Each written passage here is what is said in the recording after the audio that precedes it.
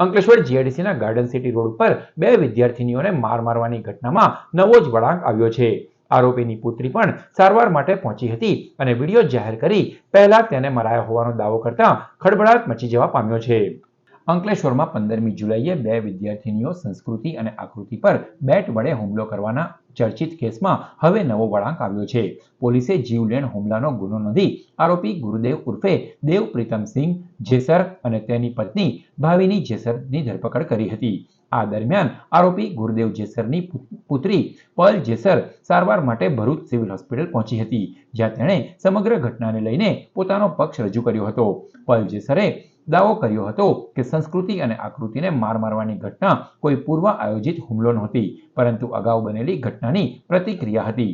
તેના જણાવ્યા મુજબ ઘટના પહેલા સંસ્કૃતિએ તેને મળવા બોલાવી હતી, જ્યાં મિત્રો સાથે મળીને તેની સાથે મારપીટ કરવામાં આવી હતી, તેમજ સિગરેટના દામ પણ આપવામાં આવ્યા હોવાના તેણે આક્ષેપ કર્યા હતા.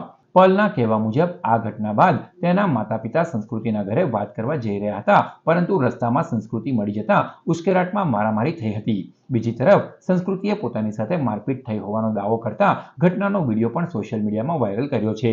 પલના પરિવાર દ્વારા સમગ્ર મામલે પોલીસને લેખિત અરજી પણ આપવામાં આવી છે. હાલ પોલીસે બંને પક્ષના આક્ષેપો અને રજૂઆતોના આધારે તપાસ શરૂ કરી છે. તપાસ પૂર્ણ થયા બાદ જ સમગ્ર ઘટનાની હકીકત સ્પષ્ટ થશે. મારું નામ પલ છે. સંસ્કૃતિએ મને फ़ोन કરીને બોलाई गार्डन सिटी में कि हम लोग वहाँ बैठते और हम लोग शांति से सॉल्व करते. પછી મેં ને મારી ફ્રેન્ડ ધ્રુવી ત્યાં ગયા.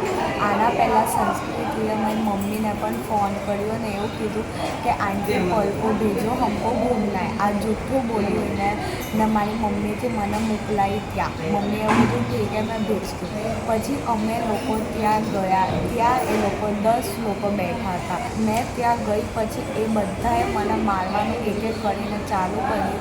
પછી એ 3 છોકરીઓએ મને નીચે સુવાડી દીધી હતી ને સુવાડીને માર્યું હતું ને પેલા બધા છોકરાઓ ત્યાં હતા એ બધા સિગરેટ ને વેપ પીતા હતા. તો પલના મામાએ પણ ફરિયાદી બનીને પોલીસ ફરિયાદ કરવાના ચક્રો ગતિમાન કર્યા છે. મારું નામ નિલેશ કુમાર કાંતિભાઈ પરમાર છે. ગઈકાલે જે ઘટના બની છોકરી જોડે એ મારી ભાણેજ છે. તો એને પહેલાં એવું હતું કે 2 કે 3 દિવસ પહેલાં એને એમના ફ્રેન્ડ સર્કલ જોડે કંઈ ઝપાઝપીમાં એને પહેલાં બહુ મારી હતી. 4-5 છોકરા હતા અને 2-3 છોકરી હતી. એને પહેલાં બહુ મારી હતી. પછી એને ઘરે આવીને એના પપ્પા લોકોને 2-3 દિવસ પછી કીધું તો એના પપ્પા અને મમ્મી લોકો ત્યાં ગયા એમના ઘરે ફેમિલીથી કંઈ સમજાવવામાં આવ્યો નહીં, પણ રસ્તે ટ્યુશન જતી હતી બંને છોકરીઓ ત્યાં પકડીને પછી ઝપાઝપી જેવું થયું. તો મારી ભાણેજને દાખલ કરી હતી સિવિલમાં. તો હું ખબર તો પૂછવા ગયો તો કીધું હતું કે મને પણ મારી છે. તો પછી મેં પોલીસ ફરિયાદ કરવા ગયો છે. અમને પોલીસ સ્ટેશનમાં ફરિયાદ આપીને આવ્યા છે.